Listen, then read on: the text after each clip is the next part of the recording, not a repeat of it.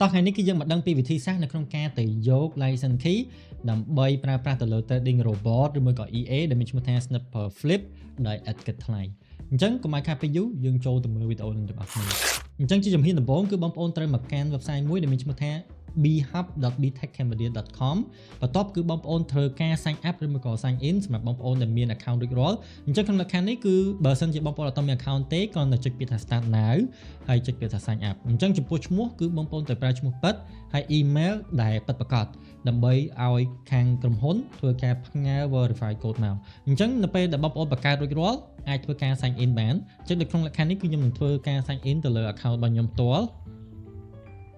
អញ្ចឹងបងប្អូនគ្រាន់តែ tick ប៊ូតុងនេះដើម្បីធ្វើការ verify ម្ដងទៀតហើយវាយ password ឬចុចពាក្យថា sign in អញ្ចឹងក្រោយពេលដែលបងប្អូន sign in បានជោគជ័យគឺបងប្អូនគ្រាន់តែមកកន្លែងពាក្យថា membership អញ្ចឹងកន្លែង membership នេះគឺបងប្អូនអាច select ទៅលើ referral របស់ខ្ញុំ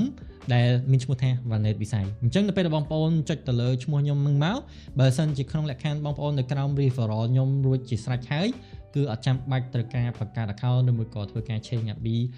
មកតង់ទៀតទេប៉ុន្តែបើសិនជាបងប្អូនអត់ទាន់មាន referral ក្រោមខ្ញុំគឺគ្រាន់តែចុចលើ link នេះដោយគ្រាន់តែ copy code ពីក្រោយនេះសិនអញ្ចឹង code ហ្នឹងគឺបងប្អូន copy ពីក្រោយ slash ក្រោយគេនេះ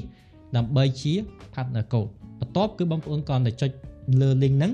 ដើម្បីបន្តមកធ្វើការ sign up ដើម្បីឲ្យចូលក្រោម referral របស់ខ្ញុំអញ្ចឹងនៅក្នុងហ្នឹងគឺបងប្អូនចុចពាក្យថា partner code ហើយបងប្អូន pass ទៅលើ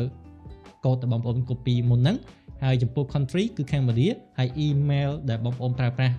ពិតប្រាកដហើយនឹង password អញ្ចឹងពេលដែល register គឺបងប្អូននឹងបន្តទៅការបំពេញ KYC អីផ្សេងៗអញ្ចឹងគឺបងប្អូនទៅ complete step ទាំងអស់ហ្នឹងដោយខ្លួនឯង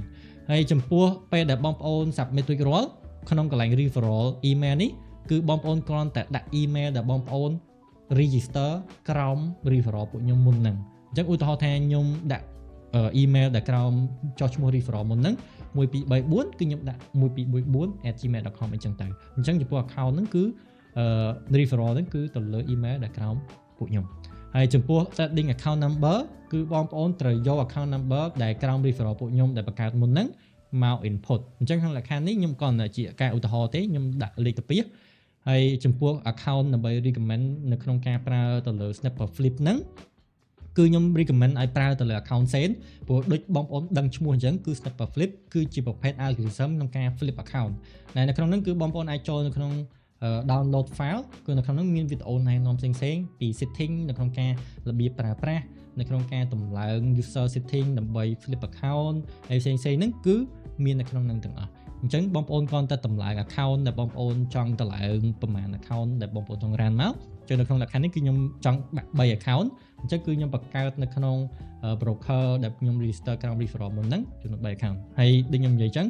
គឺ make sure គឺ account ទាំងអស់ហ្នឹងគឺក្រោម referral អញ្ចឹងក្រោយបន្ទាប់ពីកន្លែងចំណុចហ្នឹងគឺបងប្អូនត្រូវដាក់ឈ្មោះ Facebook ពិតរបស់បងប្អូនដើម្បីធ្វើការ verify ព្រោះដោយសារវីដេអូនេះគឺបងប្អូនត្រូវធ្វើការ share like ហើយ comment អញ្ចឹងនៅពេលដែលបងប្អូន comment share និង like ហើយពួកយើងនឹងមាន team admin ដើម្បី verify ថាបងប្អូនពិតជាបាន complete task នឹងទាំងអស់ឬក៏នៅអញ្ចឹងក្នុងលក្ខខណ្ឌនេះគឺបងប្អូនដាក់ឈ្មោះពិតបងប្អូនលើក្នុង Facebook មកអញ្ចឹងនៅក្នុងលក្ខខណ្ឌនេះគឺខ្ញុំឈ្មោះ Vanet វិស័យខ្ញុំវាយពាក្យ Vanet វិស័យមកគឺគាត់តែចុចពាក្យថា submit អញ្ចឹងក្រោយពេលដែល submit គឺបងប្អូនអាចធ្វើការ refresh បានអញ្ចឹង account ហ្នឹងគឺកំពុងជាប់ request អញ្ចឹងខាង admin គាត់នឹង check មើលថាបងប្អូនបាន complete task ដែលទៅ like page